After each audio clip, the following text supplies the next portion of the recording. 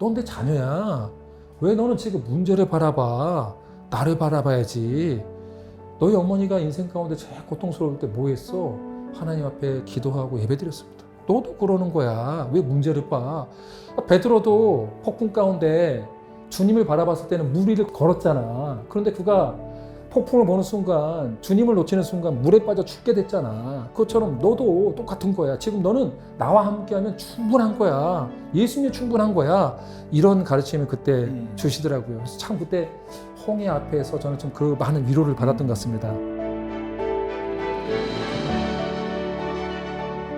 네, 안녕하세요. 롬파리팔입니다. 오늘 이 귀한 날에 여러분께 꼭 소개하고 싶은 분이 생겼습니다. 우리 지현호 선교사님을 롬파리팔 식구들에게 처음으로 인사시켜 드리겠습니다. 선교사님 안녕하세요. 안녕하세요. 반갑습니다. 직접 인사 좀 해주시죠. 네, 안녕하세요. 우리 롬파리팔 식구분들 사랑하고 축복합니다. 함께해서 기쁨이고요. 영광입니다. 요번에 교장에서 광야훈련학교라는 책이 처음으로 나오게 되었습니다. 이 책이 나오기까지 정말로 광야를 뚫고 여기까지 오셨습니다. 광야훈련학교란 무엇일까요? 광야훈련학교라는 것은 쉽게 말해서 우리가 구원을 받았다고 해서 바로 하나님의 마음을 알 수는 없거든요. 그래서 하나님을 마음을 알고 하나님을 사랑하고 이웃을 사랑하는 법을 위해서는 훈련이 필요합니다. 근데 그 훈련이 필요한 곳이 바로 주님의 방법은 광야입니다. 광야에 가야 비로소 우리가 하나님 말씀이 들리기 때문입니다. 네, 그래서 그런 것들을 훈련하고 하나님의 마음을 배워가는 곳이 바로 광야 훈련 학교라고 저는 생각합니다. 네. 그런데요, 이 광야 훈련 학교를 쓴다는 것은 실전 경험이 있고 전투 경험이 있고 예, 피도 흘리고 죽을 위기도 겪어야만 이걸 쓸 수 있을 텐데 우리 선교사님의 광야를 잠깐만 좀 나눠주신다면. 그 이야기하면 좀 마음이 좀 많이 힘들어지는데 제가 생각했던 밑바닥이 한 이 정도라고 생각했으면 광야는 더 미치더라고요. 이게 무슨 말이냐면 이론으로 배웠던 것이 삶 가운데 실제로 적용하려면은 실전이 있어야겠더라고요. 그래서 하나님이 실전 훈련을 시키시더라고요. 그래서 제가 생각했던 기대가 다 무너질 때까지 훈련받았던 것이 광야였던 것 같습니다. 관계, 재정, 건강, 교육과 진로 문제 다 포함된 것 같습니다. 그 이야기가 우리 책 가운데 좀 들어가 있죠? 많이 들어가 있습니다.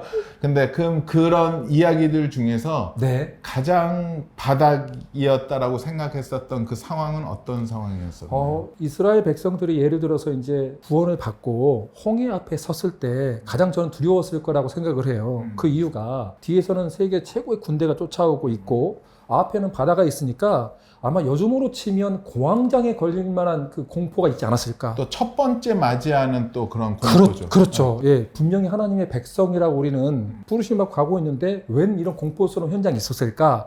저도 그런 것 같습니다. 분명히 하나님이 부르셔서 남들이 가지 말라고 또 고면했던 캐나다로 분명히 떠났는데 저는 주님의 약속의 말씀을 받았는데 기다리고 있는 것들은 너무 힘든 상황이었던 거예요. 예를 들면 갑자기 제 앞에 우리가 보통 홍해라고 하면은 한 가지 문제만 오는 경우가 아니에요. 어떤 인생의 문제에서 관계 문제 하나만 있으면 이것만 좀 집중하면 되겠지. 재정 문제라면 이 재정 문제만 해결하면 되겠지라고 하는데 홍해는 그 정도 수준이 아니고 관계, 재정, 건강, 진로 문제가 동시에 오는 거예요. 그러니까 앞이 보이지 않는 거죠. 공포스러운 거죠. 저도 그런 일이 있었습니다. 보니까 관계 문제가 점점 힘들어지는 거예요. 그 당시 저희 어머님이 이제 캐나다에 같이 살고 계셨는데 한 집에 저희 어머니 또 저희 아내가 있으니까 결혼하기 전에 가장 사랑했던 사람이 이제 저희 어머니라면 결혼 이후에 이제 제 아내잖아요.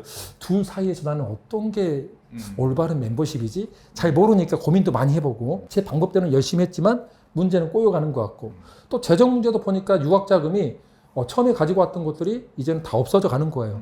재정도 없고 처음으로 인생에 있어서 은행에서 전화를 받게 돼요. 마이너스 500달러를 빨리 갚아라. 그냥 가슴이 철렁한 거예요. 빚 져본 적도 한 번도 없는데 이게 주님의 길이 맞나? 망하게 생겼네. 또 이제 보니까 교육의 문제도 너무나 스트레스가 많다 보니까 학업의 자리를 계속 있음에도 불구하고 학점이 결국 C-F가 나오는 거예요. 언어적인 것도 있었고. 언어는 두말하면 왜냐하면 제가 제일 못하는 게 영어거든요.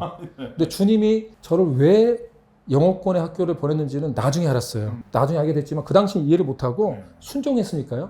언어도 안 되고 두렵고 떨리기도 하고 학점도 안 나오고 최선을 다했는데 또 마지막에 이제 비자 연장을 해야 되는데 해외에 있다 보면은 학생 비자로 있으면 공부를 잘해야 연장을 받을 거 아닙니까? 근데 연장이 안 될 만한 상황이 되니까 앞이 막막한 거예요. 저 진짜 열심히 살았는데. 그리고 결정적으로 집에 기중품 다 팔았거든요. 팔았는데 멀쩡하던 자동차가 고장이 나는 거예요. 자동차가 고장이 나면 캐나다에서는 움직일 수가 없거든요. 그래서 자동차를 고치기 위해서 한 $250가 들은다고 했는데 비중품을 팔아서 $550를 급히 만들었어요. 그런데 자동차 수리비가 $250가 아니라 다른 부분도 고쳐야 된다고 해서 또 한 $475인가 제 기억에 그 정도 수리비가 나오고 11조인가 뭐 떼고 나니까 딱 한 $25 남은 거야. 얼마 기가 막혀요. 그게 홍해라고 생각하면서 비가 많이 오는 날 사실 좀 그러면 좀 창피한데 죽고 싶더라고요. 그래서 이제 제가 좋아하는 캐나다 밴쿠버에 있는 화이트락이라는 아름다운 바닷가가 있는데 일부러 비가 많이 오는 날 갔어요. 왜냐면 진짜 좀 창피한 고백이지만 난 선교사하고 하나님의 부르심을 받은 종인데도 불구하고 극단적인 선택을 하고 싶은 마음이 들더라고요. 그래서 비가 많이 오는 날 이제 제가 좋아하는 스시인데 스시를 그냥 $25를 한 번도 먹어보지 못한 것을 비싼 거 하나 먹어보자. 그거 먹고 이제 비를 철철 막 걸어갔어요. 걸어가는데 얼마나 눈물이 많이 나는지 하나님 저 파도를 보십시오. 이 파도는 내 지금 관계 문제, 이 파도는 재정 문제, 이 파도는 내 건강 문제, 이 파도는 내 교육과 진로 문제입니다. 보이지 않습니까? 라고 펑펑 우는데 사실 이런 마음이었거든요. 파도야 너가 나를 쳐버리면 내가 물에 빠져 죽으면 주님 앞에 나 자살 안 했어요. 주님 파도가 나를 죽였지 않습니까? 그럼 찌질한 생각도 해보고 그래서 참 펑펑 울고 있는데 성령 하나님께서 제 마음 가운데서 감동을 주시기를 막 이 주품에 품어서서 찬양이 나오는 거예요. 많이 울면서 마음이 위로를 받고 너가 서 있는 곳을 바라봐라 라는 그런 마음이 들었거든요. 그래서 가만히 제가 서 있는 곳을 바라보니까 파도가 치는 게 아니라 잔잔한 거예요. 다시 뒤를 돌아봤더니 방파제가 딱 보이면서 방파제가 마치 예수님 같았어요. 예수님이 마치 저한테 이런 것 같더라고요. 너 뭘 걱정해? 너 지금 너 있는 곳이 문제가 있어 없어? 없습니다. 큰 파도가 없습니다. 그렇지? 넌 내 자녀야. 왜 너는 지금 문제를 바라봐? 나를 바라봐야지. 너희 어머니가 인생 가운데 제일 고통스러울 때 뭐 했어? 하나님 앞에 기도하고 예배드렸습니다. 너도 그러는 거야. 왜 문제를 봐? 베드로도 폭풍 가운데 주님을 바라봤을 때는 물 위를 걸었잖아. 그런데 그가 폭풍을 보는 순간 주님을 놓치는 순간 물에 빠져 죽게 됐잖아. 그것처럼 너도 똑같은 거야. 지금 너는 나와 함께하면 충분한 거야. 예수님이 충분한 거야. 이런 가르침을 그때 주시더라고요. 그래서 참 그때 홍해 앞에서 저는 좀 그 많은 위로를 받았던 것 같습니다. 뭐 이 정도의 광야였다면 들어볼 만한 이야기가 있지 않을까 생각이 듭니다. 또 그 안에도 보면은 또 여러 가지 일들이 있었고 그 광야 한가운데에서 묵묵하게 뚫고 나왔습니다. 그러면 첫 번째, 지금 우리 영상을 보시는 분들 중에 광야 한가운데 있는 분들이 있을 것입니다. 제일 먼저 해주고 싶으신 말은? 하나님이 신실하신 하나님이시라는 것을 꼭 말하고 싶습니다. 하나님은 우리에게 약속하시면 그 약속을 반드시 지키시는 분입니다. 우리의 어떤 행함에 있지 않고요. 그 약속을 지키는 것은 하나님의 신실함에 있습니다. 그래서 광야학교에 있는 분들은 하나님의 신실함을 그저 우리가 할 수 있는 것은 믿는 것입니다. 믿음으로 반응할 때 홍해도 열리고 광야도 통과할 수 있는 것입니다. 여기서 질문. 네. 알죠. 알죠. 네. 믿어야 되는 거 아는데 안 믿어져요. 그러면 또 못 믿으면은 또 마음이 무너지잖아요. 그럼요. 하나님을 또 네. 신뢰하지 네. 못하는 거에 네. 대한 죄책감이 오고. 맞아요. 네. 그것을 우리가 극복하기 위해서 먼저 동시다발적인 문제가 왔을 때도 저는 이렇게 생각합니다. 일단은 중요한 게 믿어지지 않을지라도 우리가 바라본 것은 하나님의 신실하심이잖아요. 그러므로 내 육체적 본능은 그 문제에서 도망가고 싶거든요. 사실 도망가고 싶은데 사실 홍해는 도망갈 데가 없는 곳이란 말이에요. 도망갈 수가 없어요. 그러니까 사람들이 홍해 앞에서 어떤 반응을 하냐면 제가 만났던 수많은 상담을 해봤을 때 내담자들은 중독에 빠지더라고요. 술을 마시거나 뭐 이렇게 잠을 많이 잔다던가 그 다음날 아침에 눈을 뜨고 싶지 않다라는 그런 괴로운 마음들. 그런다 해서 우리 현실을 도피할 수가 없거든요. 그렇다면 우리는 뭐 해야 되는가? 저는 이제 그 캐나다에서 목회자 성경 연구원이라는 곳을 통해서 그런 원리들을 하나씩 좀 찾아보고 연구하면서 배웠던 것들, 성경적인 원리들을 제 삶에 한번 적용해보자라고 생각을 해봤습니다. 적용해봤더니 정말로 열리더라고요. 그래서 첫 번째로 믿음의 자리를 지키는 겁니다. 예배의 자리, 또 학생이라면 학생의 자리, 또 남편이라면 남편의 자리, 아내라면 아내의 자리, 내게 허락한 직장이라면 직장의 자리를 도망가면 안 된다는 것입니다. 그게 이제 믿음으로 자리를 지킨다는 의미겠죠. 왜냐하면은 그것은 주님의 음성이 들을 때까지, 주님이 떠나라 하기 전까지는 그 자리에서 하나님을 신뢰하는 거예요. 반드시 피할 길을 주실 것이다라는 그런 믿음으로 첫 번째로 자기 자리를 지키는 거고요. 두 번째로는 우리가 문제를 계속 묵상하다 보면 와, 이게 우울증까지 옵니다.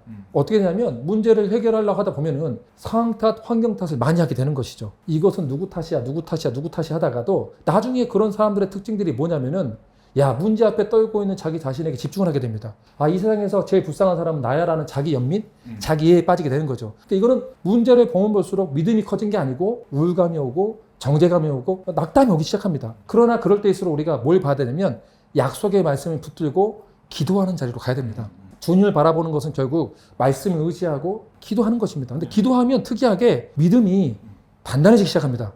불평하고 말하게 되면 내 믿음이 떨어진 것 같지만 기도하고 하나님은 나를 구원하신 분이고 이 길을 걷게 하신 분도 하나님이라는 그 믿음이 있다면은 그럼 여기서 네. 잠깐 그 기도를 하는데 네네. 그래서 불평할 수 있잖아요. 근데 성경에 마음을 토하라고 했는데 아, 그렇죠. 하나님에 대한 원망, 불평 그것도 좀 뱉어도 될까요? 아, 그거는요. 네. 이렇게 해야 됩니다. 아주 중요한 지분인데요. 네. 세 번째인데요. 믿음으로 우리는 침묵하는 법을 배워야 되거든요. 네. 우리가 사람들한테 뱉으면 그 내 원망과 불평이 나한테 돌아옵니다. 네. 내가 믿었던 사람한테 모든 말을 다 하고 원망하면 네. 좋은 곳이 나가지가 않아요. 네. 그리고 내가 힘들 때 내 가족한테 이야기하고 우리는 망하게 생겼어. 지금 끝난 거야. 이런 말 하면 어느 누가 좋아하겠습니까? 적어도 내가 믿음의 사람이라면 우리 가족이나 동역자들에게 그런 말을 해서는 안 되고요. 네. 침묵으로 주님 앞에 기도해야 되는 거예요. 주님께 마음껏 하나님, 내가 죽게 생겼습니다. 망하게 생겼습니다. 이거는 좋은 기도예요. 왜냐면은 시편에도 막 저주시가 있잖아요. 그런 것처럼 나의 마음에 있는 것을 정직하게 기도하는데 저는 어떻게 기도했냐면 집에다 기도를 못하니까 자동차 안에서 학교 앞에 주차장에서 아무도 안 본 곳에서 혼자 새벽마다 가서 펑펑 울면서 하나님 너무 창피하고 부끄럽고 죽을 것 같습니다. 목이 졸라오는데 내가 하나님의 자녀라고 했는데 망하게 생겼습니다. 하나님 살아계신 거 맞습니까? 죽을 것 같습니다. 그리고 이렇게 열심히 살았는데 돌아오는 것은 비난이고 정죄인데 내 인생 책임져 주셔야죠. 엉엉 울었던 것 같습니다. 펑펑펑 울었던 것 같습니다. 근데 그것을 하나님께서 기뻐하신 것 같아요. 아버지 입장에서는 그렇잖아요. 우리가 신앙의 수준도 우리가 뭐 유아기가 있고 뭐 청소년기가 있고 장년이 있지 않겠습니까? 근데 유아기 때 어린아이 때 엉엉 울고만 있잖아요. 그러면 엄마의 입장에서는 아이가 울 때 말을 못하니까 와서 우리 아이가 지금 기저귀가 필요한가 아니면 지금 젖이 필요한가 딱 보면 알잖아요. 우리 하나님은 누구보다도 우리를 잘 알고 있어요. 그러니까 기도도 막 유창하게 할 필요가 없어요. 내 수준이 그러는데 우리 주님이 아는데 홍해 앞에 있는 사람들한테 너 막 기도 거룩하게 해야 돼. 너 이렇게 잘하고 유창해. 그거 바라지 않아요. 울더라도 주님 앞에 하나님 이런 말 해도 주님이 와서 다 들어주시는 분이십니다. 예. 울더라도 주님 앞에 울어야 되는 것이죠. 네. 저도 그과예요. 그냥 가서 울어요. 근데 그 기도가 우리 그럼요. 아버지가 정말 기뻐하는 기도예요. 알아서 다 분석하시더라고요. 네네. 너무 우리 사랑하시니까요. 그럼요. 예, 우리 자녀 생각하니까 다 아는 거죠. 제가 그 원칙 갖고 났더니요. 열린 거예요, 홍해가. 어떻게 열렸냐면 뭐 갑자기 차 안에서 울고 있는데 이메일을 받은 거예요. 장학금 $1,000를 주겠다. 당신이 우리 학교의 최우수 모범생으로 뽑혔다. 그 이유가 뭐냐? 제가 쉬는 날에도 공부를 하고 있었던 것들, 최선을 다하고 있는 것들을 우리 교수님도 다 알고 계셨고 저 친구는 지금 고부간의 갈등도 있고 여러 가지 어려움이 있을 건데 관계 재정 동시다발적 다 왔는데 신실한 학생이다. 그러니까 아웃스탠딩 스튜던트 우리 모범생으로 선정하자. 그래서 $3,000를 받게 되고 그다음에 제 비자 연장서도 총장님이 직접 작성해 줬어요. 지금까지 학점을 봐라. 괜찮았는데 이번만 극심한 고난 때문에 그런 거니까 이 친구는 우리 학교에서 봐라. 분명히 아웃스탠딩 스튜던트로 뽑혔기 때문에 비자를 3년 더 연장해 달라. 비자도 풀리고요. 제가 홍해에 열리는 방식을 보면서 뭐 책에서도 좀 나누질 않은 부분도 있는데 이런 부분도 있습니다. 똑같은데 하나님 관계를 먼저 푸시더라고요. 하나님 관계가 풀면 그 다음에 이웃과의 관계를 풀더라고요. 그런 다음에 재정의 문제를 풀어주시더라고요. 욥처럼. 저희 집도 그러더라고요. 하나님과의 관계가 풀리고 나니까 서로가 서로를 정죄한 게 아니라 내 탓입니다. 내가 잘못했습니다. 남편으로서 아들로서 참 죄송합니다라는 고백이 막 나오는 거예요. 그래서 이런 방식을 아마 홍해 사건을 통해서 배웠던 것 같습니다. 근데 그 문제가 있어요. 영상 보시는 분들이 자매님들이 많으세요. 그 어머님들, 부인들이. 근데 이분들이 더 은혜가 있기 때문에 항상 핍박을 많이 받는데 은혜를 아시니까 먼저 풀어요. 그래요. 하나님 저가 잘못했습니다 해주면 상대편이 당연하다듯이 받아버리니까 억울해 하시는 분들이 많더라고요. 그런데도 어쩔 수 없죠. 먼저 아는 사람이, 은혜를 받은 사람이 먼저 풀어야지. 그것도 아주 중요한 원리 같습니다. 네. 왜냐하면 용서를 먼저 받은 사람이, 저는 이제 그때마다 십자가 복음을 생각합니다. 그러니까 내가 어떤 사람의 변화를 바꿀 수 있는 사람은 아니지만 나와 하나님 관계 속에서 맡겼던 용서의 문제는 해결됐고 그와 나의 문제는 또 다른 문제라고 생각합니다. 그것을 이제 하나님과 그 사람의 문제로서 개입해서 하나님이 그 사람을 반드시 훈련시키십니다. 예, 그래서 내 몫을 다했으면 또 하나님께 인내하면서 사랑도 인내하는 거잖아요. 그렇죠. 또 기다리는 거죠. 그리고 동시에 거기에 묶여 있으면 안 돼요. 용서했으면 이제 그 용서한 부분에 대해서 생각하지 않는 것이 복음적인 사고 방식인 거죠. 광야 훈련에서 그 관계 훈련 배웁니다. 네. 커리큘럼에 들어가 있군요. 들어가 있습니다. 아, 네, 이제 광야 훈련 가운데 관계 훈련이 있습니다. 그리고 또 이제 가피플에서 이제 아카데미를 줌으로 할 수 있는 것들, 온라인, 오프라인 다 할 수 있는 것들을 준비하고 있는데 광야 훈련 학교를 새로운 과목으로 지금 집어넣으려고 합니다. 네. 나중에 그게 이제 런칭이 되면 여러분들도 꼭 와서 훈련 받고 또 경험하면 좋을 것 같아요. 모두 다 학생입니다. 왜냐하면 광야는 네. 열애 없죠. 예수님도 들어가셨으니까. 예수님마저도 네. 성령께서 인도하신 곳이 광야였고 광야였으니까. 이스라엘 백성도 광야였고 다윗도 광야였고 바울도 광야였습니다. 네. 열애 없네요. 열이 없습니다. 네, 네. 알겠습니다. 근데 또 이제 그런 질문이 있어요. 하나님이 왜 이렇게 우리를 괴롭히냐? 왜 꼭 우리를 광야로 데려가시냐? 그 논리에 대해서는 어떻게 얘기하십니까? 그 정도 우리는 변화가 쉽지 않는 존재입니다. 변화가 쉽지 않아요. 그래서 우리의 실체를 알 때까지는 있잖아요. 광야를 통과해봐야지만 학력의 거품, 재정의 거품, 우리도 모르게 하나님보다 의지했던 부분들이 그 현장에 가봐야 나타나거든요. 그래서 하나님이 그 테스트를 통해서 사실 우리의 마음이 정말 너 나 사랑하니? 내가 너를 사랑하는데 너 나 의지하니? 이런 것들을 테스트하시거든요. 그래서 광야가 필요한 거예요. 결국 그 광야를 통과하는 이유는 뭐냐면 우리를 괴롭게 하고 귀찮게 하기 위한 것이 아니라 아버지가 우리를 너무 사랑하시거든요. 뒤에 나오겠지만 우리 정체성과 관련되어 있는 문제예요. 우리를 얼마나 사랑하냐면 우리를 보배롭고 존귀한 왕의 보물처럼 사랑하시고 또 거기서만 끝난 게 아니라 야 자녀로 끝난 정도가 아니야.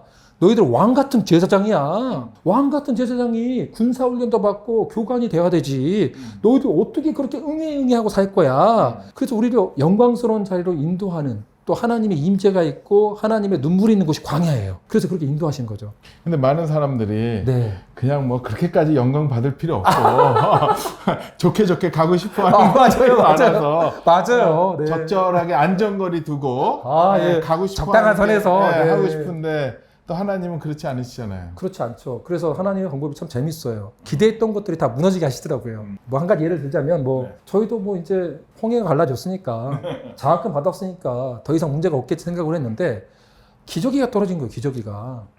근데 우리가 이제 선교사로서 주의 종으로서 내가 못 먹고 못 입는 것은 참을 수 있는데 자녀의 문제는 정말 힘들더라고요. 거기서 다들 갈등하시죠. 네, 너무 힘들어요. 네. 저도 인간인지라. 그러면서 우리 하나님의 마음을 배워가는 것 같기도 하고 그러나 이제 딸의 기저귀가 없으니까 아내가 너무 힘들었나 봐요. 그래서 기도를 하는데 하나님 기저귀가 30달러인데 30달러를 주시던가 아니면 기저귀를 후원받게끔 도와주세요라고 간절히 기도했어요. 근데 응답이 되지 않은 거예요. 얼마나 힘들었을까요? 근데 그때 먹고 있는 게 연어를 먹고 있었어요. 비싼 연어. 어떤 선교사님이 낚시해서 잡아온 비싼 연어를 먹으면서 아내가 야 그래도 내가 이렇게 하나님이 함께 하시는데 이거 갖고 실망하면 안 되겠다. 그리고 나서 아내가 같이 기도 모임에 가는데 저한테 이런 거예요. 쇼핑센터에 하나님께서 감동을 주시니까 지금 차를 멈춰라고. 여보 안 돼. 내가 가지고 있는 돈은 딱 10달러밖에 못 써. 그리고 포인트가 10달러가 있는데 못 산다. 여보 미안하다 했는데 하나님이 감동 주신다니까. 저 그 말이 좀 덜컥했죠. 왜냐하면 하나님이 감동 주시면 광야 훈련 받다 보면 하나님 제안하면 안 돼요. 그냥 가야 돼요. 네, 여보 갔다 오세요 했더니 아내가 들어갔다 왔는데 처음에 우는 건지 웃은 것인지 모르겠고 양손에 기저귀 2박스 들고 막 뛰어오는 거예요. 여보 뭐야 했더니 막 웃다가 울다가 하면서 하나님 살아계시다고 믿을 수 없는 일이 일어났는데 기저귀 한 박스에 10달러를 3박스만 팔고 있었어. 그래서 하나님이 우리에게 2박스나 줬어. 포인트로 한 박스, 당신 10달러 한 박스. 그래서 저희가 울면서 원래는 더 비싼 가격인데 30달러였어요. 30달러인데. 근데 제 캐나다에서 횟수로 10년 살면서 만 8년 반 살았는데 그게 처음이자 마지막 사건이었어요. 그러니까 저희 생각에는 뭘 배웠냐면 우리가 하나님을 제한하면 안 된다. 하나님이 감동을 주면 우리 끝났어. 안 돼. 하나님 우리 버리셔서 이런 말 하지 말고 감동을 주시면 안 될 것 같아도 순종하면 하나님은 그것 가운데 일하시는 하나님이라는 거예요. 그래서 우리가 기대가 무너지면 다시 한번 자기를 부인하고 하나님의 뜻에 순종할 때 순종하는 사람만이 볼 수 있는 기적이 있잖아요. 하나님 그거 원하시는 거예요. 순종해야지만 볼 수 있는 길이 있는데 축복이 있는데 우리는 너무 머리로 계산을 해요. 하나님은 제한해요. 그러다 보니까 하나님이 예비한 축복을 못 받아요. 여기서 이제 이게 테스트가 다 있는 거죠. 그러면 우리 사모님 같은 경우도 일단 하나님의 감동, 하나님의 마음을 받으신 거잖아요. 그렇죠. 여기서 질문. 네네네. 그 하나님의 마음을 어떻게 받죠? 하나님이 감동인지 내 내적인 생각인지 주변의 권면인지는 제 세월이 흘러가면 저희 어머니가 가르쳐진 방식이 있습니다. 저희 어머니는 하나님께서 받은 감동이 맞다고 생각한다면 하나님 이 말씀이 맞는지 말씀을 통해서 해주시고 가족을 통해서 확증해 주시고 교회에서 확증해 주십시오. 3번에 거쳐서 확증을 하는데 저희 아내도 감동이 있다라고 한다면은 하나님 주신 감동이 맞는다 하는 것은 항상 저한테 이야기를 해요. 저도 그렇고요, 서로. 그리고 하나님 말씀이 임하잖아요. 그러면 그것이 확실한 하나님의 감동이고 하나님의 음성인 거예요. 그는 우리가 빼도 박도 못하는 거죠. 또 한 가지 예를 들어볼까요? 제가 영어 설교를 해야 하기 때문에 겁이 많고 제일 못한 게 영어잖아요. 영어를 못하는데 밤새 준비하면서 영어 설교를 준비했는데 그날 아침에 가정예배 드리는데 하나님이 저한테 이런 감동 오시는 거예요. 너 설교 문장을 바꿔. 설교문을 골로새서 2장 6절로 7절로 바꿔. 이거 다 뒤집어지는 건데. 이거 뒤집어지고 이거는 우리 굿프렌즈 선교의 사역과 관련도 없고 관련 있는 요한 일서를 해야 우리 학우들한테 알리지 않겠습니까? 이거는 잘못 들었을까 할 때 어떤 마음인지 아십니까? 귀를 막아 요나처럼. 이건 하나님의 음성이 아닐 거야. 이거는 내 내적인 열망이고 사단이 주는 말일 거야. 라고 생각했는데 가정예배 모임 때 저희 어머님이 그러신 거예요. 현우야, 하나님이 자꾸 이런 감동 오신다. 이 성경 구절 봐볼래? 왜 그런지 이해는 못하겠는데 한번 봐봐. 골로새서 2장 6절로 7절 말씀 똑같은 말씀을 준 거예요. 충격받았죠. 그래서 또 부랴부랴 대충 써서 순정하는 마음으로 가서 점수는 포기하고 그 뜻을 말하고 읽었더니 놀라운 역사가 있는 거예요. 우리 그부들이 막 울고 하나님은 살아계시다 하고 저를 막 위로해주고 그런 경험을 통해서 순종해야지만 저는 멋진 설교를 하고 학점 더 잘 받는 게 중요하겠지만 하나님은 하나님의 뜻에 순종하는 설교자가 되길 원했던 거죠. 그럼 바로 틀어야 돼요. 하나님의 그 감동을 받으려면 그렇게 이제 확증을 통해서 받을 수 있는데 그 확증을 받기까지 계속 그래도 사모님이나 목사님은 선교사님은 계속 하나님이랑 친밀함을 유지하지 않으셨을까요? 저는 솔직히 이렇게 말하고 싶습니다. 처음부터 그랬던 건 아닙니다. 다른 사람이 저에 대해서 예를 들어서 애언적인 말을 했을 때도 이게 맞나 틀리나 해서 무조건 받아들였는데 나중에 봤을 때 아니었던 경우도 있었습니다. 저희도 이거 하나님 보여주실 거야. 우린 절대 망하지 않을 거라고 기도했는데 하나님의 뜻은 저희 생각하고 달랐습니다. 그때 배웠던 것은 이건 우리 욕심이었구나. 욕심과 필요와 하나님의 뜻을 구분하기까지는 시간이 걸렸고요. 지금도 여전히 저희는 그렇습니다. 조심스럽습니다. 세월이 가면 갈수록 이건 하나님의 음성이야 라고 과감하게 말한 게 아니라 하나님 맞습니까? 라고 다시 한번 두드려보고 왜냐하면 또 잘못 가면 이제는 많이 안 놈이 자기 이기로 가면 얼마나 더 크게 혼나겠습니까? 맡은 자에게 구할 건 충성이라 했는데 잘못하면 준 만큼 하나님 책임을 물으십니다. 네, 그래서 저는 사실 요즘에 더 조심하고 하나님 뜻이라면 순종하고요. 늘 가르쳐 주십시오. 아니면 보여주십시오라고 계속 기도를 하고 있습니다. 배워가는 과정 필요한 것 같습니다. 그 과정도 정말 필요한데 이제 그런 경험이 없는 분들은 뭔가 이제 걸음마 단계 하나님한테 받은 마음이 맞나? 이제 그렇게 갈등할 때 혹시라도 그거를 제일 좋은 방법은 결국은 우리 광야를 걷기 전에 주님이 다 알고 계셨잖아요. 수많은 기적과 이적을 보여줬다고 해서 그 사람들이 하나님을 믿었냐? 그러지 않다는 거예요. 기적과 이적을 통해서. 그러나 하나님이 살아계심을 보여줬잖아요. 그러면 결국 우리 인도하신 것은 광야 끝에서 시내산 앞에서 우리가 언약의 말씀을 주잖아요. 십계명과 율법 조문들을 많이 주면서 결국은 하나님의 특별히 계신 말씀을 통해서 감동을 가르쳐 주시는 것 같아요. 그래서 꾸준하게 우리 카플 제가 보니까 뭐 주마중이라든지 이런 좋은 프로그램을 자꾸 보면서 하나님이 뜨겁게 감동 오시고 그거 좋습니다. 네, 좋죠.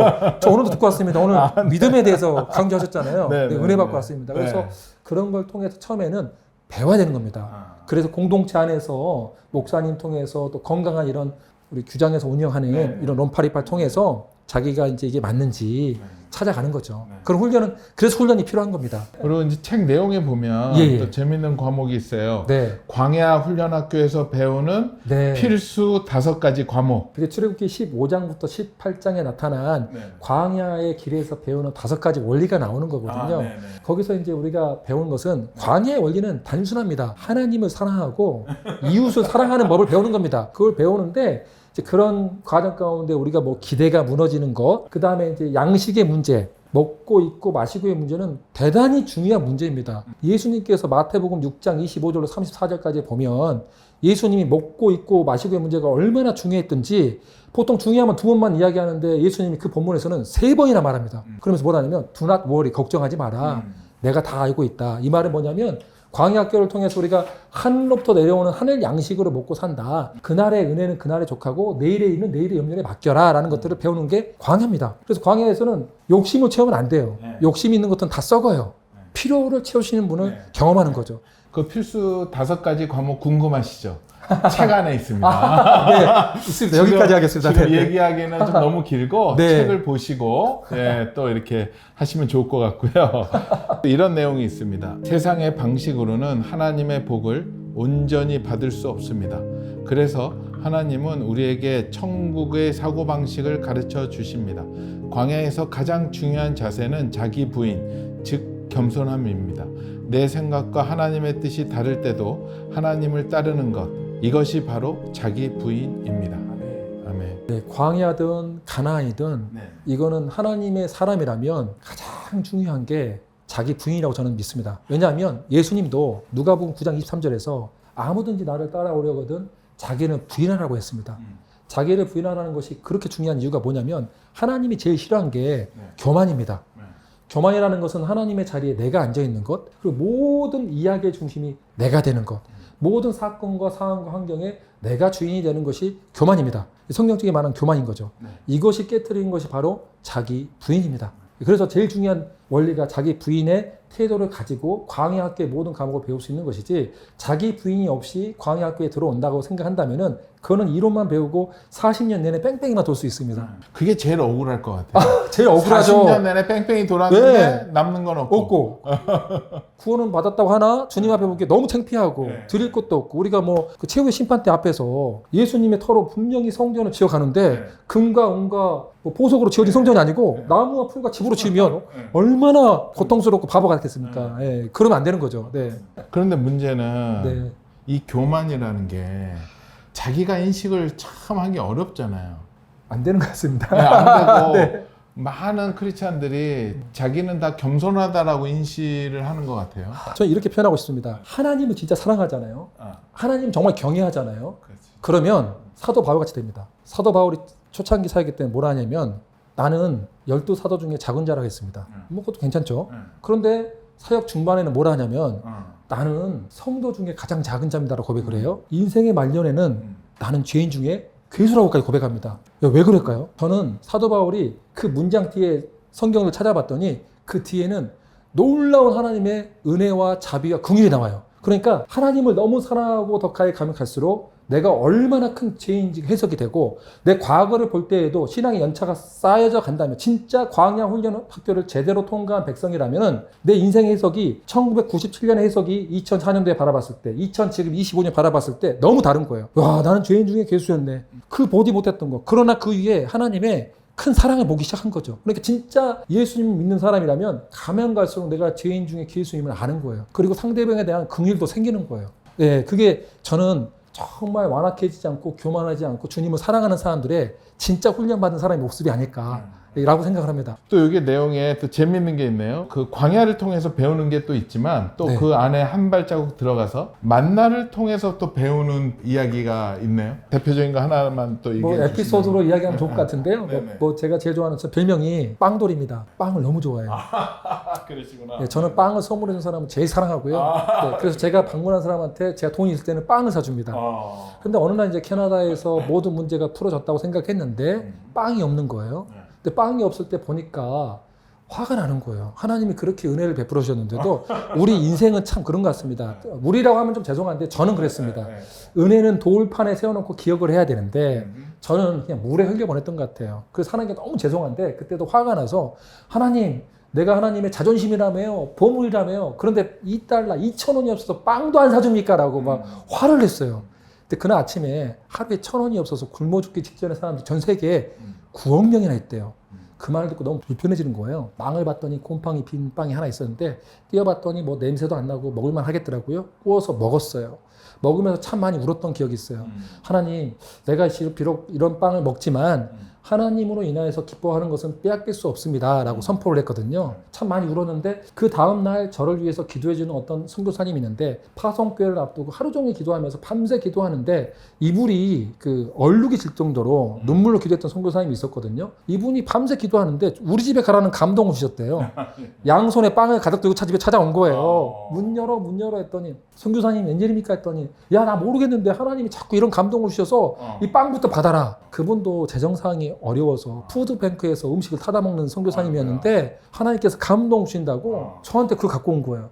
그걸 잡고 제가 주저앉아서 펑펑 울었던 이유가 뭐냐면 하나님은 다 줄 수 있는데 먼저 하나님을 경외하고 하나님을 사랑하는 방법을 원하시고 하나님만으로 만족하는 법을 가르쳐 주기 위해서 그런 사항을 허락해 줬던 거죠. 근데 그 시간이 흘러서 이제는 우리가 만나의 법칙 있잖아요. 우리는 가정에 집에 뭐가 오면 제 아내가 이런 말 합니다. 여보, 우린 사실 남들이 보기에 가난하다 하거든요. 근데 저희 부부는 그래요. 우리 가난하지 않는데. 왜냐하면 우리 진짜 가난하지 않아요. 대표님. 가난하지 않는데 주변에서 가난하다고 그래요. 국가에서도 가난하다 하는데 우리는 가난하지 않아요. 왜냐하면 하나님이 공급해 주신 빌라 1층이 선교사 안식관으로 무상으로 12년째 살고 있고 또 먹을 것도 누가 뭐 선물해 주면 동역자 주면 남으면 저희 아내는 바로 나눠줘요. 썩잖아요. 과일 같은 거. 바로 주고요. 그리고 저희 아들도 공부를 많이 하다 보면 저희 아들도 빵돌인데 저희 이제 처남들이 우리 식구들은 저한테 돈을 안 줘요. 저같이 식구들이나 뭐 후원할 때 전 다른 사람 다 주니까 가족들을 챙겨라고 아내나 이제 아들한테 직접 주는데 삼촌들도 이제 외삼촌들이 아들한테 몰래 너무 비싼 말을 받겠다 막 10만 원짜리 쿠폰을 그 학기마다 보내준 거예요. 그러면 아들이 그걸 가지고 전도하러 가요. 전도하러 가면서 또 학교에서 빵을 먹지 않는 친구들, 배고픈 애들, 집은 10억짜리 사는데 과일을 많이 받다 보니 돈이 없잖아요. 빵 사줘요. 그러니까 분명히 우리는 10억이 아니라 임차인인데 10억짜리 사는 애들한테 빵도 줄 수 있는. 그러니까 우리는 가난하지만 사실은 부유한 원리를 만나의 사건을 통해서 우리는 배우기 시작하고 남는 거 다 썩으니까 세상과 다른 방식으로 살아가는 거죠. 저희 딸도 헌금할 때도 그렇고 저희도 그렇고 나누는 법칙을 아는 거죠. 저희 아내는 너무 재밌는 말을 해요. 우리 올리브 선교회는 돈이 많이 없어도 된다고. 돈이 많으면 피곤하대요. 우리 게 아니잖아요. 다 나눠줘야 돼. 너무 우리 계산도 못하고 복잡하니까 당신 어디 가서 그 펀드레이징 하지 말라고. 저도 그래서 안 해요. 안 하고 저희는 이제 강의하면서 받은 돈 가지고 남으면 그거 선교사님들 오잖아요. 그러면 선교사님들 저희는 무상으로 임차를 해줍니다. 제가 무상으로 은혜를 받았기 때문에 처음에 오면 제일 좋은 밥을 사주고 교통비도 드리고 쉬게끔 합니다. 선교사님 회복될 때까지. 그리고 그 거주 기간도 제한이 없습니다. 왜 우리가 이런 만나의 은혜를 입었기 때문에 지금 누가 안식관 하나 지우고 남으면 썩잖아요. 쓰면 되잖아요. 그래서 쓰게끔 할 수 있는 것들이 이때 배웠던 원리가 아닌가 싶습니다. 네. 올리브 선교회라고. 네네. 지금 김 선교사님이 그러니까 대표로 있는 데가 올리브 선교회입니다. 올리브. 네. 웬 올리브? 올리브 선교회가 뭐 크게 4가지 사역을 하고 있는데요. 네네. 제가 목사 안수 받았던 곳이 이제 캐나다 펠로우십 베프티스트라는 교단을 받았는데 그 교회가 올리브 마운트 올리브 처치라서 제가 그 정신을 이어받아야겠다. 마운트 올리브의 정신은 우리도 치면 감람산에서 예수님이 습관에 따라 기도했던 곳이잖아요. 그래서 그 교회 담임 목사님이 늘 습관에 따라 기도를 정말 많이 하셨던 분인데 저도 그게 도전이 되는 거예요. 그래서 우리 올리브 선교의 원칙은 뭐든지 말씀과 기도로 확증을 받는다. 그것이 아니면 우리는 사역하지 않는다. 그거 받으면 두 번째, 우리는 빚지고 사역하지 않는다. 사랑의 빛 외에는 굶으면 굶는다. 세 번째, 우리는 무조건 예수님의 이름을 드러내는 곳이라면 과감하게 연합과 사역에 전진하는 이게 3가지 원칙이거든요. 그러면서 우리가 첫 번째 쉼의 사역, 기도 사역, 세 번째 가정 사역, 네 번째 연합 사역들을 하고 있습니다. 네네. 그게 올리브 선교 대표적인 4개 사역이죠. 또 우리 사모님도 선교사님이시잖아요. 네, 그렇죠. 같이 이제 아내는 중보기도 모임을 또 그렇죠. 계속 하고 있죠. 우리 선교사님을 처음 뵌 게 벌써 한 5년이 된 거죠. 저 우리 선교사님을 다니엘 기도회 때 2020년도 때 2020년 맞습니다. 이제 우연찮게 봤는데 너무 은혜가 됐어요. 또 이제 새롭게 하소서에 나왔는데 또 은혜가 돼서 아, 저분은 이제 연결해야 되겠다라고 이제 연락처도 알아봤고, 그 다음에 이제 연락을 하기 전에 이제 마지막으로 제가 기도했었습니다. 네. 기도하는데 하나님이 아직이다라는 마음을 주시더라고요. 네, 그게 맞았습니다. 네. 탈락이 아니고 네. 아직은 때가 아니다. 맞습니다. 조금만 더 기다려라. 저는 그 공감합니다. 네, 네, 저도 네. 그렇게 들었기 네. 때문에 예, 예. 저도 그 공감하고 같은 네. 사인을 받았습니다. 네, 같은 사인. 네, 그래서 네, 네. 저 그냥 마음에 품고 중보하는 저희의 그 규장의 미래의 저자들 지금도 한 30명 리스트업이 돼 있습니다. 예, 10년, 15년부터요, 묵은 장이요. 계속 있습니다, 하여튼. 그래서 이제 우리 목사님은 한 5년 된 거죠. 그렇게 기도하다가 이번에 기적적으로 하나님께서 사인을 딱 주시는 바람에 이렇게 연결이 되게 됐죠. 너무 예, 예. 할렐루야 감사하고요. 예. 하나님이 신실하신 것 같습니다. 네. 네, 네. 우리 목사님도 당연히 사인이 있어서 준비하셨고. 네, 그렇죠? 맞습니다. 사실 뭐 저는 언제 쓰고 싶은 책이 있었는데 2008년도부터 지금까지 계속 일기를 써오다가 하나님께서 주변 사람을 통해서 광야 훈련학교를 먼저 내면 좋겠다.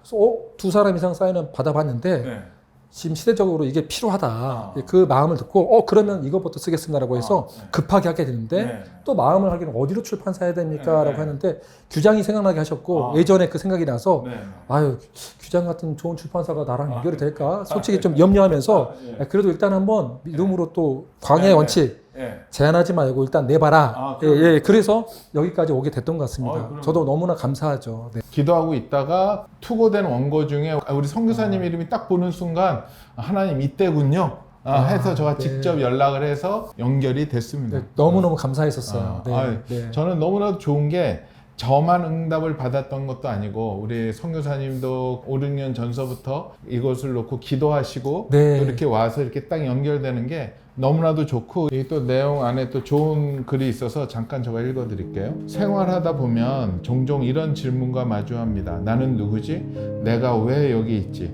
하나님은 왜 나를 부르셨을까? 혹시 내가 잘못된 길에 있는 건 아닐까? 이스라엘 백성이 광야를 지나 시내산에 도착했을 때 하나님은 그들에게 3가지 중요한 정체성을 알려주셨습니다. 네. 맞습니다. 너무 중요한 겁니다. 네, 그렇죠. 네. 왜 이게 정체성이 중요하냐면요. 내가 무슨 옷을 입고 있는지 알아야지만 그 삶이 나오더라고요. 분명히 우리는 의심이 많아요. 내가 맞게 가고 있나? 나 아닌 것 같은데. 주님 나 아무것도 못하는 것 같은데요. 이럼에도 불구하고 너는 나의 보배로운 보물이야. 너 왕 같은 제사장이야. 여기 너의 주변에 있는 사람들 나에게 이어주는 다리 넘는 사람이야. 그리고 너는 거룩한 나라야. 세상과 달리 세상의 시스템적으로 간 게 아니라 세상은 경쟁의 문화지만 아까 만나의 원칙처럼 너는 경쟁으로 살 게 아니라 나눔의 원리로 살아가는 나의 백성이야. 이 정체성이 분명할수록 우리는 삶의 변화가 있는 거죠. 한 가지 예를 들어볼까요? 제가 운전할 때 한국에서 죽을 뻔한 적이 있습니다. 이 죽을 뻔한 게 좀 돌려서 말하는 건데 왜 이렇게 운전이 거친지 모르겠어요. 욕을 얼마나 많이 하는지 모르겠어요. 근데 저도 이제 한 번은 이제 목사인데도 문을 내리고 너무 화가 난 거예요. 선생님 너무 말씀이 심하지 않습니까? 막 그랬어요. 선생님 뭐 어떻게 그렇게 말할 수 있어요? 너무 무례한 거 아닙니까? 당신이 잘못하지 않았습니까? 라고 했더니 제 아내가 갑자기 이런 거예요. 목사님! 그런 거예요. 제가 이제 아내가 저를 가장 아끼는 사랑의 언어가 목사님 나올 때가 뜨끔한 거예요. 맞다 나 목사지. 아무리 억울해도 젠틀하게 이야기해야 되는데 얼굴이 부끄러워지고 막 땀이 나면서 그래서 문을 바로 올리면서 그게 정체성이라는 거죠. 우리도 순간 옛 본성에 나올 때가 있지 않습니까? 왜 내가 손해보고 살아야 되고 왜 저 원수를 용서해야 되고 그럴 때가 있을 때마다 주님이 우리의 정체성 있잖아요. 이걸 말씀하시면 우리가 뭔가 광야를 통과했기 때문에 왕 같은 제사장이 아니고 우리를 그냥 불러준 거예요. 너 왕 같은 제사장이야. 하나님이 정의하면 그걸 끝난 거예요. 우리가 뭔가 뭐 아무리 무슨 행동을 하더라도 그게 상관없이 하나님이 딱 정의 내렸어요. 너 왕 같은 제사장이야. 그럼 끝난 거예요. 그러면 그걸 내가 기억하고 믿음으로 붙잡아야지. 마귀의 참소 정죄, 너가 본데 너 같은 게 뭘 하겠어. 이 말에 속으면 안 된다는 거죠. 또 이게 내용 중에 광야로 나가지 못하는 5가지 유혹이 있다라고 하는데, 우리 출애굽한 이스라엘 백성들이 출애굽하기 전에 제일 막았던 사람이 바로 왕이었잖아요. 그거는 뭐냐면 사탄은 죄의 종들을 놔두고 싶지 않거든요. 그래서 협박을 하기 시작합니다. 근데 하나님은 우리를 향한 계획이 있잖아요. 한 사람을 통해서 약속하고 한 민족을 향해서 약속하고 열방을 향한 하나님의 계획이 있는데 그걸 위해서 우리를 택하셨는데 거룩한 곳을 부르기 위해서 광야에 가야지만 하나님의 음성이 들리고 훈련을 받게 되면서 하나님의 왕 같은 제장이 될 건데 마귀는 그게 싫은 거예요. 그래서 협박을 하는 거죠. 너 가면 안 될 거야. 그리고 왜 너만 가면 되지 가족까지 데리고 가려고 그래. 아니야 돈도 갖고 가지 마. 야 너무 신앙생활 열심히 하지 마. 적당히 해. 적당히 좋은 거야.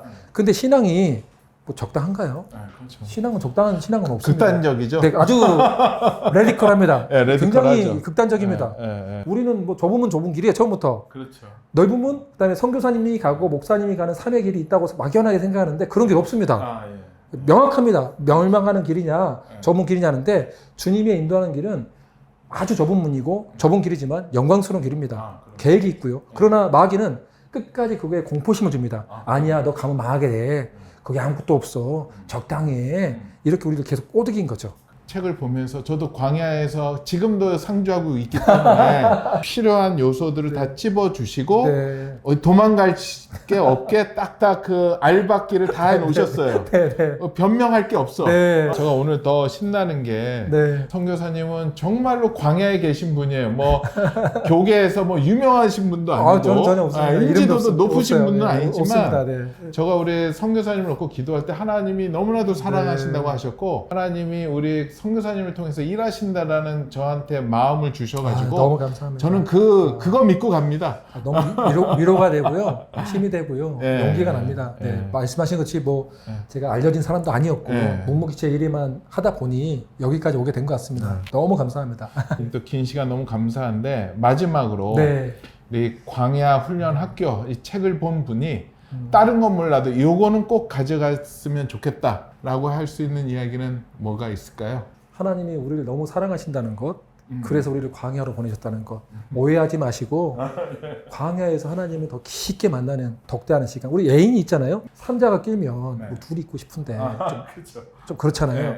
광야는 어떻게 보면 우리를 가장 사랑하는 분과 내가 덕대하는 시간, 그 앞에서 아멘. 어떻게 보면 가장 우리 주님을 가까이 알 수 있고 배울 수 있고 또 그러다 보면 그 시간이 돌아봤을 때 가장 소중한 시간이 아니었을까.